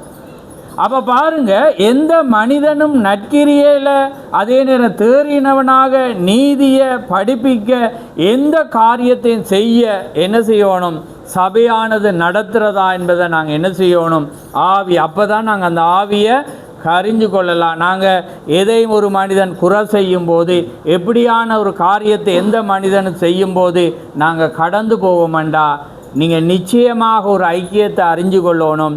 இது ஒரு மனிதனை மேன்மைப்படுத்த அல்லது ஒரு ஐக்கிய கூட்டத்தை மேன்மைப்படுத்த செய்தி அன்றி தேவனுடைய ராஜ்யத்தை செய்யலை. ஏன்னா இன்றைக்கு இலங்கையில் உலகமெல்லாம் நடக்குது. ஆனால் அதெல்லாம் நடக்கிறது எல்லாமே அங்கே மனிதனை மேன்மைப்படுத்த, தேவனுடைய வார்த்தைக்கு புறமான ஒரு காரியத்தை ஏற்படுத்தி மனிதர்களை கொண்டு முன்னுக்கு நிப்பாட்டி அவங்க எல்லாமே என்ன செய்கிறது, ஒரு பாகுபாடு பிரிவினைகளை செய்து என்ன செய்கிறது, காரியத்தை செய்கிறது. அப்போ பாருங்கள், ஆவியை பகுத்தறிதல் என்று செய்தி கேட்டால் அப்படியான காரியங்களை செய்யலை நானும். ஏன்னா ஒரு ஐக்கியம் நடக்குது, ஒரு ஐக்கியத்தை நடத்த ஒரு அழைப்பு நாங்கள் விடுறோம். வடக்குள்ள அதால் அவங்க போகிற சபையார் வந்து அதை தடுக்கிறாங்கண்டா அந்த ஆவியை பெற்ற சபையாது சொல்லுங்கள். ஏனெண்டா இந்த சபையார் தேவனுடைய காரியத்துக்காக ஒரு ஐக்கியத்துக்காக ஒரு அழைப்பு கொடுக்குற வேளையில் இன்னொரு மனிதன் அங்கே ஒரு தடுக்கிறானண்டா அது வந்து எப்படிப்பட்ட ஒரு ஆவி என்றா அது பொல்லாத ஆவி, அது தேவனால் விடப்பட்ட ஒரு ஆவியாக இருக்கிறது. ஆனால் ஒரு ஐக்கியம் நடக்கிற வேளையில் அங்கே கிறிஸ்துவை காண்பிக்காம ஒரு பொதுவாக மகிழ்ச்சிக்காக ஆடம்பரத்துக்காக நடக்கிறதுனா அங்கே நீங்கள் போகக்கூடாது. விளங்குது அவங்களுக்கு அந்த ஐக்கியத்தை. ஆனால் அங்கே கிறிஸ்துவை காண்பித்து அது மேன்மைக்காக ஒழுங்குக்காக செய்யப்படுதுண்டா நிச்சயமாக நானும் நீங்களும் என்ன செய்யலாம், அதில் நாங்கள் பங்கு கொள்ளலாம். ஏனென்றா நாங்கள் தேவனுடைய ஆவியை பகுத்தறிய தான் நாங்கள் அழைக்கப்பட்ட ஜனமாக இருக்கிறோம். ஆமேன். அப்போ அதனால தான் பாருங்கள், ஒரு மனிதன் தேறினவனாக அவைகளை செய்கிறதுக்கு உபதேசத்துக்கும் கடிந்து கொள்ளுதலுக்கும் சீர்திருத்தலுக்கும் நாங்கள் என்ன செய்யணும், கடந்து போக வேண்டும். அப்போ தான் நாங்கள் தேவனுடைய ஆவியினால் நாங்கள் வழி நடத்தப்படுவோம். இல்லாட்டி எங்களோட ஆவி வந்து மாமிச ஆவியாக இருக்கு. அப்போ நாங்கள் ஒரு ஊழியத்தை வந்து அவன் என்ன செய்ய முயற்சிக்கிறான்னு நாங்கள் மாமிசத்தில் பார்த்தா பிசாசு என்னத்தை கொண்டு வருவான், எல்லா பலவீனத்தையும் கொண்டு வருவோம். ஆனால் தீர்க்கதரிசி ஆவியை பகுத்தறிதல் என்ற செய்தியில் சொல்கிறேன், நீங்கள் அந்த அவன்ட வரத்தை அவன் என்ன செய்ய முயற்சிக்கிறான்னு ஆவியினால் பார்ப்பீங்கண்டா நீங்கள் அதை மாத்திரம்தான் பெற்றுக்கொள்வீங்க. அப்போ நீங்கள் அதை தவிர வேறொன்றை நீங்கள் என்ன செய்ய மாட்டீங்க, பார்க்க மாட்டீங்க. அவர் சொல்கிறேன், நீங்கள் ஸ்தாபனக்காரனாக இருக்கலாம், நீங்கள் எந்த ஆங்கிலிக்கனாக இருக்கலாம், அவன் யாராக இருந்தாலும் அவன் கிறிஸ்துக்காக உண்ட அர்ப்பணிப்போடு செய்ய வலிக்கிறான்டா அவனோடு நீங்கள் சேர்ந்து ஓடலாம். ஏனென்றா அவன் அங்கே யாரை காண்பிக்கிறான், கிறிஸ்துவை. ஆனால் அவனை வரத்தை கொண்டு அவன் வேறொன்றை காண்பிக்க முயற்சித்து தன்னுடைய ஸ்தாபனத்தை மாற்றி கொண்டு போய் விரும்புகிறானண்டா அவன் வந்து ஒரு காரியத்தில் அவன் பிழையான ஆவியை உடையவனாக இருக்கிறான் என்று தீர்க்கதரிசி சொல்கிறார். அதனால் நாங்கள் இந்த கடைசி நாட்களில் நாங்கள் ஆவியின் அபிஷேகம் பெற்ற ஒரு காலத்தில் நாங்கள் வாழ்ந்து கொண்டிருக்கோம். ஏண்டா நீங்கள் இங்கே பார்க்கக்குள்ள இங்கேயும் சரியாக இருக்கும், அடுத்ததும் சரியாக இருக்கும். ஆனால் அந்த அபிஷேகம் எதை பற்றினது என்பது தான் நாங்கள் என்ன செய்யணும், காண வேண்டியவராக. ஏண்டா நாங்கள் வார்த்தையாக தேவனங்கள் அழைத்திருக்கிறார். அந்த வார்த்தை தீர்க்கதரிசியினால் கொடுக்கப்பட்ட அந்த வார்த்தை எங்களோட வாழ்க்கையோடு ஒப்பிடப்படுதான். அதான் நாங்கள் இன்றைக்கு பார்த்தோம். அப்போ மரியாள் அந்த வார்த்தை எழுதப்பட்டது, அந்த வார்த்தை வந்து அவளுக்குள்ளாக வர வேளையில் அவள் என்ன சொல்கிறான், நான் அடிமை, ஆமே, நான் அதை விசுவாசிக்கிறேன். அதே போல தான் இன்றைக்கி இந்த செய்தியானது தேவன் ஒரு எலிசேரை அனுப்பி, தேவன் ஒரு தீர்க்கதரிசியை அனுப்பி, தேவன் ஒரு வார்த்தையை கொடுத்தா அந்த வார்த்தை முழுவதும் மனவாட்டிக்குள்ளே என்ன செய்யணும், மேட்சிங் ஆகும். அந்த வார்த்தை அவ்வளோ பொருந்தோணும். அந்த வார்த்தை அவ்வளோக்கும் அவளுக்கு பொருந்தேலன்றா அவள் விசுவாசிக்க. ஏன்னா தேவன் அதுக்கு அவளுக்கு அழைப்பு கொடுக்கல. ஆனால் அந்த வார்த்தை அவளுக்குள்ளே இருக்கும்போது, அந்த வார்த்தையை படிக்கும்போது அதுக்கு அவள் தகுதியாக இருப்பாளண்டா அவள் நிச்சயமாக ஆண்டவரே இந்த வார்த்தையை உடையவள் நான் தான் அந்த நான் எழுதப்படாத அந்த வேதம் நான் தான், என்னை கொண்டு நீர் இந்த நாட்கள் அழைத்திருக்கிறேன். ஆனால் அதுக்கு ஒரு வியாக்கியானம் சொல்லுவோம்டா, அலங்காரமாக இருக்கலாம் அல்லது எந்த காரியமாக இருக்கலாம், எதுவாக இருந்தாலும் நாங்கள் அதை வச்சு நாங்கள் ஆராய்ச்சி பார்க்கணும். அதே போல் தான் இன்றைக்கி ஆசீர்வாதத்தை பார்க்கும்போது அதான் தீர்க்கதரிசி சொல்கிறேன், நாங்கள் இப்போ தேவன் வரப்போகிறாருன்னு நான் பிரசங்கிக்கிறேன். ஆனால் நான் பிரதரோட கதைக்கக்குள்ளே, பிரதர் இப்போ எல்லாமே டிமாண்டாக இருக்குது, என்ன தங்கம் அல்லது காணி, ஏன்னா வர டாலர் கூடுது, ஏன்னா அதனால் என்ன இப்போ பார்த்தா கஜுக்கு அதை விட டிமாண்ட் ஆகிட்டு. அப்போ நான் கஜு தூட்டத்தை ஒரு 100 நாட்டினா ஏன்னா ஒரு 20 வருஷத்துக்கு பிறகு பிள்ளைகள் எல்லாம் சொல்லு நாங்கள் இப்போ செய்திட்ட தலைங்கம்னு ஆவியை பகுத்தறி. இப்போ நான் இங்கே நல்லா விரட்டிட்டு வந்துட்டேன், நல்லா போதிச்சுட்டு வந்துட்டேன். ஏன்னா பிறரும் போதிச்சுட்டு வந்துட்டு அவரும் போதிச்சுட்டு. ஆனால் நாங்கள் பிறகு வந்து இதை பேசுவோமெண்டா என்ன ஆவி சொல்லுங்கள். நான் ஏனெண்டா இதை வந்து இப்போ ஜனங்களும் அந்த ஆவியை பெறாத பண்ணியாக ஜனங்களும் சேர்ந்து கதைக்கிறாங்க. ஓம்புற நானும் ஒன்று வாங்க போகிறேன் நல்லதண்டா எல்லாம் பண்டியோடு சேர்த்த கூட்டமாக மாறி ஏன்னா. ஆனால் இன்றைக்கி பாருங்கள் அதை நாங்கள் பேசிடலாம். ஆனால் நாங்கள் கிறிஸ்து வரப்போகிறேன் அதுக்காக நீங்கள் செய்ய வேணாமட்டும் வேதம் சொல்லுங்கள். வேதம் என்ன சொல்லுது? கத்தர்ற அவர் தீக்கர் சொல்கிறேன், நாளைக்கு உங்களோட திருமணம் நடக்குதாண்டா நீங்கள் செய்யுங்க. நீங்கள் நாளைக்கு உங்களுக்கு எக்ஸாம் ஒன்று வருதாண்டா படியுங்க. ஆனால் தேவன் வரப்போகிறார் என்ற நிச்சயத்தோடு நீங்கள் செய்துட்டு போங்க. ஆமென். அதுதான் தேவன். இதை வந்து தவறாக புரிஞ்சிடாங்க. நீங்கள் எதை செய்யணுமோ நீங்கள் அதை செய்யுங்க. ஆனால் நீங்கள் தேவன் இன்றைக்கு அவர் வருவாரானால் இன்றைக்கு நான் இருக்கிறேன் என்பது தான் உங்களோட காரியம். அதே நேரம் உங்களோட பேச்சு வந்து அவரை வெளிப்படுத்துதான்னு பாருங்கள். ஆமேன். அப்போ நீங்கள் அதுக்குள்ளே இருந்தால் நீங்கள் அதை செய்ய மாட்டீங்க. என்னொண்டா செய்ய ஏண்டா அது சீக்கிரமாக அவர் வரப்போகிறபடினால இனி காலம் இல்லை. ஆமாம். அதனால் நீங்கள் உங்களோட பணங்களை வந்து நீங்கள் போட முயற்சிக்க மாட்டீங்க. ஏனெண்டா அவர் அதி சீக்கிரமாக இருக்குண்டே பாருங்கள். எல்லா காட்சிகளும் வந்து இன்றைக்கி வெனிசுலா நடந்த நிலநடுக்கத்தை பாருங்கள். எப்படி இருந்த நாடு தடன்னு நடந்து சரி நின்றுச்சு முடிஞ்சிட்டு அடுத்த நாள் பார்க்கல ஒன்று வந்துச்சு. 50,000 பேர் எங்கண்டே இல்லை. அதே கூக்குரல் தான் அந்த நாட்டில். ஏண்டா இப்போ அந்த 50,000 இப்போ சொல்கிறாங்க. ஆனால் முழு பில்டிங்கும் என்ன செய்ய சீட்டு கட்டா அதாவது கார்ட்ஸ் மாதிரி தட்டதாண்டு விழுந்துட்டு இப்போ எல்லாத்தையும் எடுத்தாதான் அது 50,000மா 50 லட்சமா என்பதை கரியலை. ஏன்னா நாடே ஸ்தம்பிதமாயிட்டு. முதல் ஏற்கனவே இடிஞ்சு ஆடி வந்து குலுங்கி போய் இருக்கக்குள்ளேயே 100 லட்சம் பேர் மரிச்சிட்டான். இப்போ பில்டிங் முழுக்க விழுந்தோன்னே எங்கே திரும்பினாலும் சத்தம்தான் அங்கே இருக்குது, எங்களை காப்பாற்றுங்கன்னு பாருங்கள். இப்படியான நிலநடுக்கங்கள் அதுக்காக வேதம் சொல்லுது இவையெல்லாம் கேள்விப்படுவீங்க. ஆமேன். ஆனால் அது அல்ல முடிவு. ஆனால் தேவண்ட காட்சி அது அப்படி வேதம் சொல்லிச்சு. ஆனால் இன்றைக்கு நாங்கள் அதை சொல்லலை. ஏண்டா தேவண்ட வருகை வந்துட்டு. ஏண்டா அவர் அந்த சொல்லப்பட்ட காரியம் அவர் வந்து முடிச்சுட்டே. இப்போ பெண்டிங் உள்ள காரியம் என்ன? நீங்கள் மேலே போகிறது மட்டும்தான் பேலன்ஸ் ஆகிருக்கு. அதான் பிரசன்னம் ஆகுதலுக்கும் எடுத்துக்கொள்ளப்படுதலுக்கும் உள்ள வித்தியாசம் என்றே பாருங்கள். இப்போ அவர் வந்துட்டு அவர் வந்த பிறகு நாங்கள் எதையுமே பேசலாமே. அதுக்கு பிற்பாடு நாங்கள் காலம் இருக்கின்ற கதைக்கு எங்களுக்கு இடம் இல்லை. ஆனால் நாளைக்கு நான் ஒரு இடத்துக்கு நான் போகிறேன்னா அதை செய்யுங்க.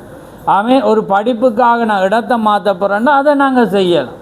ஆனால் நாங்கள் இன்னும் 100 ஆண்டு இருக்கிறது மாதிரி எங்களோட கற்பனையை வச்சுட்டு செயற்படுவோம்டா நாங்கள் இன்னுமே நாங்கள் அதுக்குள்ளே இல்லை என்பதை அது காண்பிக்கிறது. ஆமேன். அந்த முன்குறிக்கப்பட்ட அப்போ அந்த ஆவி தான் நான் எங்கே இருக்கிறேன் நீங்கள் எங்கே இருக்கிறேன். இப்போ நான் அது ஜோக்கா ஏன் உங்களுக்கு சொல்கிறேன்டா எங்களோட பேச்சுக்கள் எங்களை யாருன்னு காண்பிக்கும்.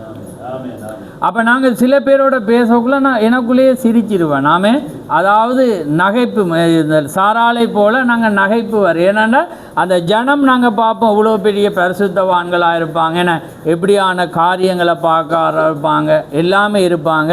ஆனால் ஒரு விஷயம் வரக்குள்ள பேசக்குள்ளே வந்து அந்த ஆவிட தன்மையை காட்டி கொடுத்து. ஏன்னா இந்த செய்தி திக்க சொல்கிறேன் இது அக்கினியில் போட்டு எரித்து புடமுற ஜொலிக்கிற ஒரு செய்தியை.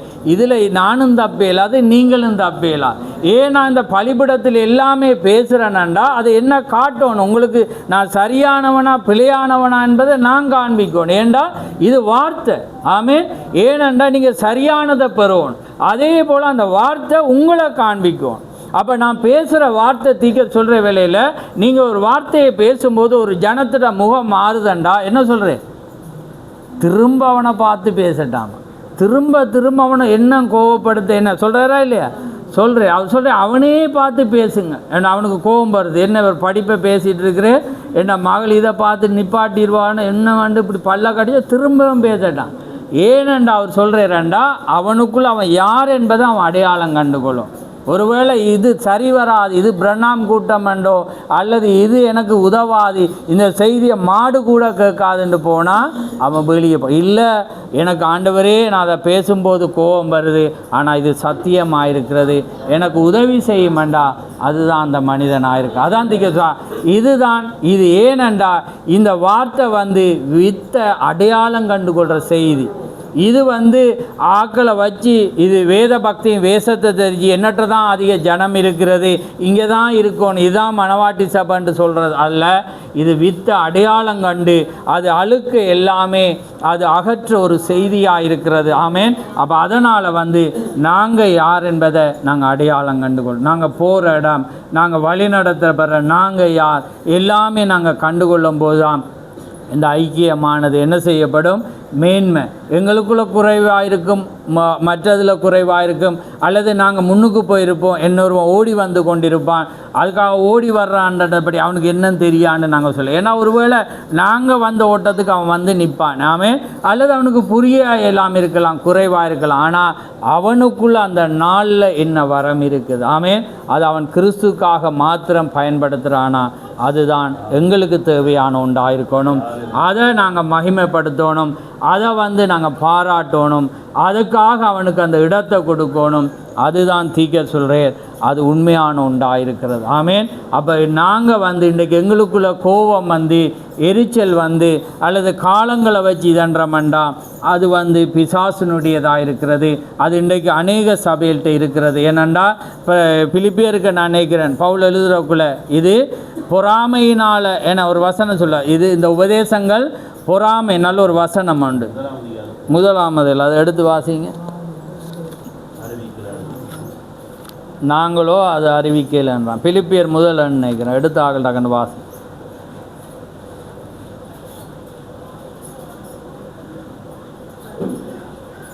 சிலர் பொறாமையினாலும் விரோதத்தினாலும் சிலர் நல் மனதினாலும் கிறிஸ்துவை பிரசங்கிக்கிறார்கள். அதான் அதை வாசி. என் கட்டுகளோட உபத்திரவத்தையும் கூட்ட நினைத்து சுத்தமானதோட கிறிஸ்துவை அறிவியாமல் விரோதத்தினாலே அறிவிக்கிறார்கள். சுவிசேஷத்திற்காக நான் உத்தரவு சொல்ல ஏற்படுத்தப்பட்டவன் என்று அறிந்து சிலர் அன்பினாலே அறிவிக்கிறார்கள். இதனால் என்ன? வஞ்சகத்தினாலாவது உண்மையினாலாவது எப்படியாவது கிறிஸ்து அறிவிக்கப்படுகிறார். அதனால் சந்தோஷப்படுகிறேன், இன்னமும் சந்தோஷப்படுகிறேன். ஆமே. பார்த்தீங்களா, பவுலுக்குள்ளே இருந்த ஆவியை பாருங்கள். ஏதோ பிரசங்கம் பண்ண வேண்டும். ஏன்னா இப்போ நாங்கள் என்ன செய்கிறோம்னா அவன்கிட்ட பிழையை பார்த்துட்டு அவன் நல்லது சொன்னாலும் அந்த நல்லதை பாராட்டாமல் சரி. ஆனால் பவுல் என்ன சொல்கிறான், ஏதோ பொறாமையோ விரோதத்தினாலோ அன்பினாலோ ஏதோ செய்கிறான். அதனால் அவன் என்ன சொல்கிறான்டா, கடைசியில் பாருங்கள் அவன் சொல்கிறான், எதுவாக இருந்தாலும் கிறிஸ்துவை அறிவிக்கப்படுகிறார், ஆதலால் நான் சந்தோஷப்படுகிறேன். அப்போ அதான் திக சொல்கிறேன், இதுதான் எங்களுக்குள்ளே வேணும். ஆமே. எதுவாக இருந்தாலும் கிறிஸ்து. ஆனால் எந்த மனிதனும் தன்னை காண்பிப்பானண்டா அது தவறான, அதை நாங்கள் அனுமதிக்க மாட்டோம். ஆமே. அவங்க கிறிஸ்துவை காண்பிக்கிறாங்களா, அது தேவனை காண்பிக்கிறாங்களா, அது காரியமாக இருந்தாலும் அது பொறாமையினாலோ விரோதத்தினாலோ எதுவாக இருந்தாலும் கிறிஸ்துவை காண்பனா அதுக்காக நான் சந்தோஷம் அடைகிறேன். ஆமேன். அதுதான் எங்கள் மத்திய. ஏன்னா ரட்சிப்பு யாருடையது? கர்த்தருடையது. ஆமேன். நாங்கள் அவரை கொண்டு வர்றதும் அவர காரியம். நாங்கள் தேவனுக்காக ஒரு மகிமை நடக்குதா, நாங்கள் அங்கே சந்தோஷம் அடையணும். ஆமேன். ஏனென்ற எங்களோட வானாதி வானத்தை படைத்த தேவனை புகழ்கிறாங்க, எங்கள் மலவாளனை புகழ்கிறபடினால நாங்கள் அதுக்கு மகிழ்ச்சி ஆகிருக்கு. ஏன்னா அவர் ஒருவரே மகிமைக்கு பாத்திரர் ஆகிருக்கிறார். ஆமேன். இந்த ஆவி உங்களுக்குள்ளேயும் எங்களுக்குள்ளேயும் இருக்கும். ஆமேன். அதை விட்டுட்டு நாங்கள் ஒரு பிரிவினை ஏற்படுத்துகிறவர்களாக, நாங்கள் பாகுபாடுகளை பிறவிக்கிறவர்களாக, இல்லாததை பொய் சொல்கிறவர்களாக இன்றைக்கி அநேக சபையில் அப்படி இருக்கிறாங்க. நாங்கள் அதில் இல்லை. ஏன்னா ஏதாவது ஒன்றில் பிரிவை காட்டணுமெண்டு ஒரு பிரிவினையை காட்டி என்ன செய்கிறாங்கன்னா ஜனங்கள் உள்ளே போக முடியாதபடி என்ன செய்கிறாங்க, தாங்களும் போகாமல் போகிறவர்களையும் விடாத ஒரு காலத்தில் தான் நாங்கள் இருக்கிறோம். ஆனால் நாங்கள் அப்படி இல்லாத வண்ணம் நாங்கள் கிறிஸ்துவை காண்பிக்கிற வேளையில் கர்த்தர் நிச்சயமாக உங்களையும் என்னையும் வழி நடத்துவார். ஆமென். அதனால் இன்றைய நாளில் நான் முழுமையாக கொண்டு வரையில், அதனால் தேவன் நீங்கள் இந்த செய்தியை கேட்ட பிற்பாடு நிச்சயம் புரிவீங்கன்னு நான் விசுவாசிக்கிறேன். ஆமென். நாங்கள் தீர்க்க சொல்கிறார், ஆவியை பகுத்தறிய நாங்கள் அழைக்கப்பட்ட ஜனமாக இருக்கிறோம். நீங்கள் ஆவியை பகுத்தறியாமல் எந்த சபைக்கும் போகாதீங்க. ஆமென். நீங்கள் ஆவியை பகுத்தறியணும், உங்களோட நிலையை அறியப்படணும். வேதம் சொல்கிறது, உன் அழைப்பையும் உன் தெரிந்து கொள்வதையும் உறுதியாக்கும்படியாக ஜாக்கிரதையாகிரு. ஆமென். இந்த வேத வார்த்தையின்படி தேவன் என்ன ஏன் அழைச்சார், என்னை சுவிசேஷனாக அழைச்சாரா, அல்லது மேய்ப்பனாக அழைச்சாரா, அல்லது போதகனாக அழைச்சாரா, அதை நாங்கள் கண்டுகொள்ளோம். ஆமேன். அல்லாட்டி நாங்கள் செய்யலாத ஒன்றை நாங்கள் செய்யக்கூடாது.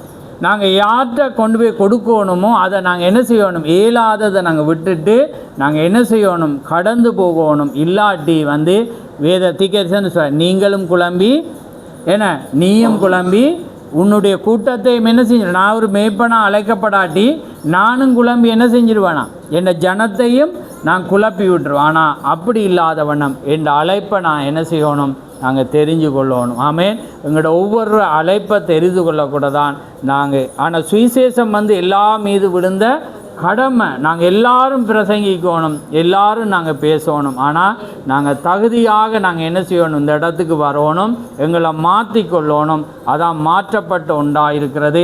அப்போ தான் ஜனங்கள் என்ன செய்வாங்க, எங்களை விசுவாசிப்பாங்க, எங்களை நம்புவாங்க, எங்களை முன்மாதிரியை வைப்பாங்க.